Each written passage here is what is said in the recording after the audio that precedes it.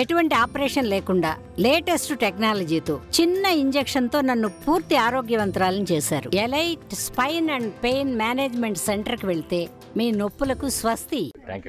You are also. Cinema అయితే చాలా బాగుంది.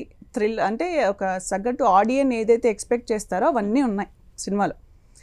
ఫస్ట్ మీతో స్టార్ట్ చేద్దాం. మీకు ఏ క్యారెక్టర్ ఇచ్చినా చాలా బాగా చేస్తారు అన్నమాట. ఇక్కడ మాత్రం ఫుల్ పెద్ద క్యారెక్టర్ పడింది. మీ ఎక్స్పీరియన్స్ ఏంటి? అంటే ఫస్ట్ స్టోరీ విన్నప్పుడు అసలు నన్ను ఎందుకు ఫిక్స్ చేశారు అని చిన్న డౌట్ ఉంది. సరే యు గాట్ ఆన్సరా? నన్ను ఎందుకు పిక్ చేశారు అనిపించింది. సార్ ఒకసారి నెరేషన్ విన్న తర్వాత ఎస్ ఖచ్చితంగా ఈ కథని ఆడియన్కి మనం చెప్పాలి అని చాలా అంటే ఎవ్రీడే ఎక్సైట్మెంట్ తోటి పనిచేసాను.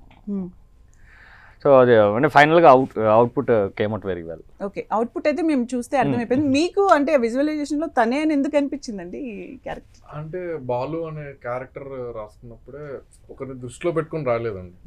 ఆ క్యారెక్టర్ ఎలా ఉండాలి, వాడు ఎలా బిహేవ్ చేయాలి అనుకున్నప్పుడు మెయిన్ రాయలసీమ యాస ఖచ్చితంగా బాగా పలకాలి, అలాంటి వారైతే బాగుంటుంది, సినిమాకి న్యాయం చేయగలరు అనేసి. శివ గురించి ఆల్రెడీ తెలుసు, మనకు ఆ ఊర్లో తిరిగే అబ్బాయిలా ఉండాలి, ఎక్కడి నుంచో పిలిచి తీసుకొచ్చినట్లు యాక్ట్ చేస్తున్నట్టు అలా కాకుండా శివగారైన గారు అందరినీ అలానే సెలెక్ట్ చేయడం జరిగింది, అలాంటి వాళ్ళే దొరకడం జరిగింది.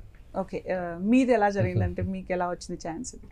నాది విశ్వనాథ్ గారు ఆడిషన్ పంపించమని రీచ్ అవుట్ అయ్యారు. సో అప్పుడు కర్నూలులో డోన్ మాండలికం ఆ యాస మాట్లాడాలి అని చెప్పి. సో ఒక ఫస్ట్ ప్రాజెక్ట్ ఇది నా డెబ్యూ ఫిల్మ్. సో అది బాగా ఛాలెంజింగ్ అనిపించింది, ఎగ్జైటింగ్ అనిపించింది. సో ఆడిషన్ ఇచ్చాను, దెన్ లుక్ టెస్ట్ అయింది. కొంచెం ఎలా ఆడిషన్ ఇచ్చారు ఒకసారి ప్రేక్షకుల కోసం?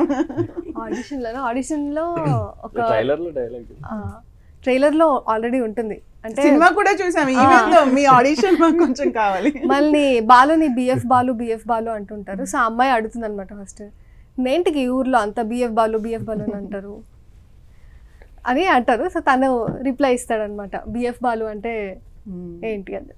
ఓకే, బాలకృష్ణ గారు ఫ్యాన్స్ అవన్నీ ఎలా వచ్చింది రెస్పాన్స్ అంటే సినిమా చూసిన తర్వాత? అంటే ఎస్పెషల్లీ ఫస్ట్ అయితే బాలయ్య బాబు గారి ఫ్యాన్స్కి థ్యాంక్స్ చెప్పాలండి. ఎందుకంటే మా సినిమాలో స్టార్లు ఎవరు లేరు, మాకు ఒక స్టార్ ట్వీట్ కానీ ఏమీ లేదు. అంటే ఎవరో ఏం చేయలేదు, జెన్యున్గా మేము సినిమా తీసాం, ఆహా వాళ్ళు ఎంత ప్రమోషన్ చేయాలో అంతే ప్రమోషన్ చేస్తున్నారు.